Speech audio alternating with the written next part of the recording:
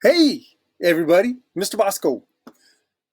We have a new assignment this week, the week of May 18th. Look in your packet. It's there. It looks like the one that's behind my wonderful picture here. And what we're going to do is make something called a sundial. Sundials are pretty cool. Up until like the 1800s, but do the math, that was a long time ago. Up until the 1800s, that is how people used to tell time. A sundial, using the sun. Hard to tell time at night if you're trying to tell time by the sun, right? Yeah. So they used to use a sundial, and in fact, I have a sundial right here. I have one on my back deck, and it's a little embarrassing because I just realized I forgot to clean it before we started the video. And this one apparently is a perch for a bird because there is a bird turd right there. So that'll get your attention if nothing else will. But this is a sundial. I can't keep it in the screen. I'm going to make my picture bigger. Hang tight. Here we go. Ready? Make a bigger picture. You'll be able to see more, and it's going to make dark screen. So one thing you're going to notice, there's pieces of this. This is the sundial. It works by the shadow of the sun. The sun shines on this thing, and behind it is going to be a shadow. Okay? I'm going to turn it this way because I want it to be facing north. All right? And I'll talk about that in a second. I'm going to stand up here a little bit. One thing you're going to notice on this sundial is that, well, one, there's numbers around it. This one happens to have the numbers in Roman numerals. This is all mirror imaged for me. So you're going to notice right there, that is the Roman numeral number 6.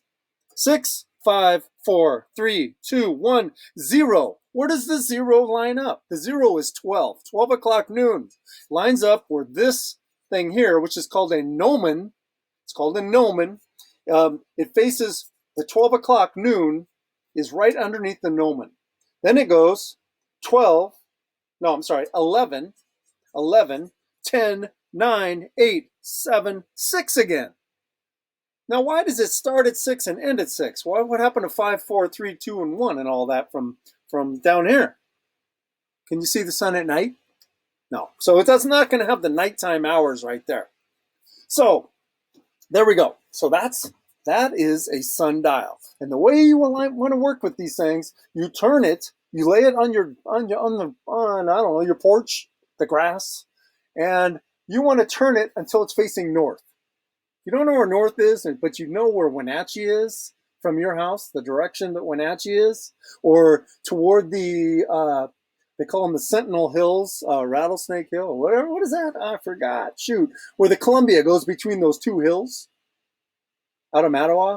If you're at the football field, you see those mountains right behind you? I don't know. Anyway, aim it toward there, okay? You want to aim it to the north. All right. And then what happens is the sun's going to shine on this, cast a shadow down, and there's going to be a line. There's going to be a line that comes across.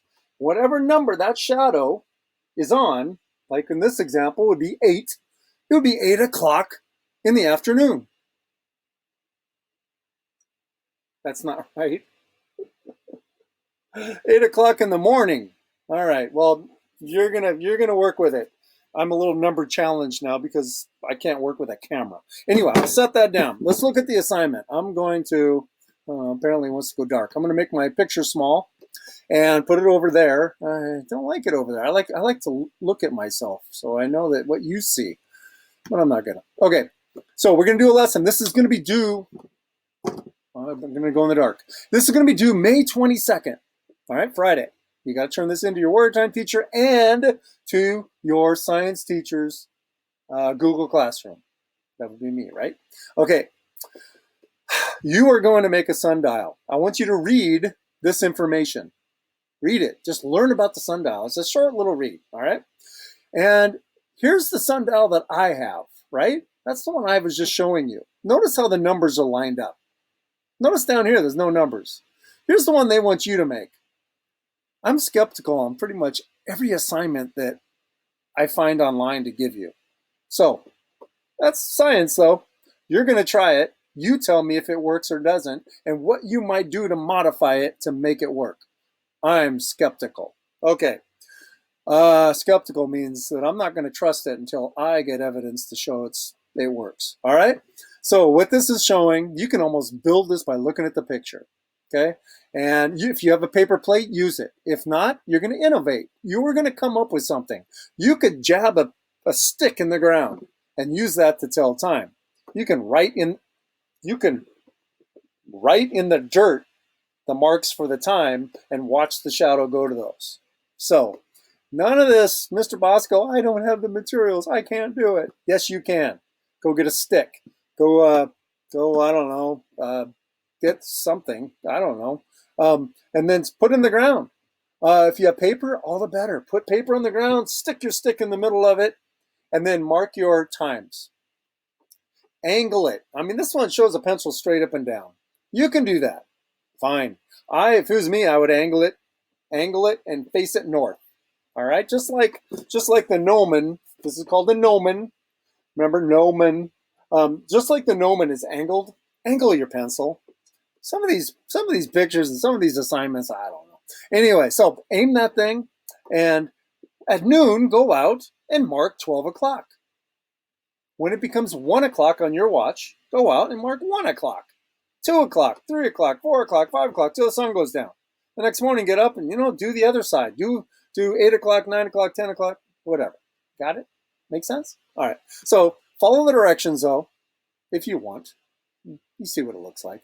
And make this thing. Then I want you to answer the questions. I'm going to have an assignment. I'm going to have a document where you are going to, just like you normally do, go in and type in the document, your responses. They're responses, not answers. Don't go online and look them up.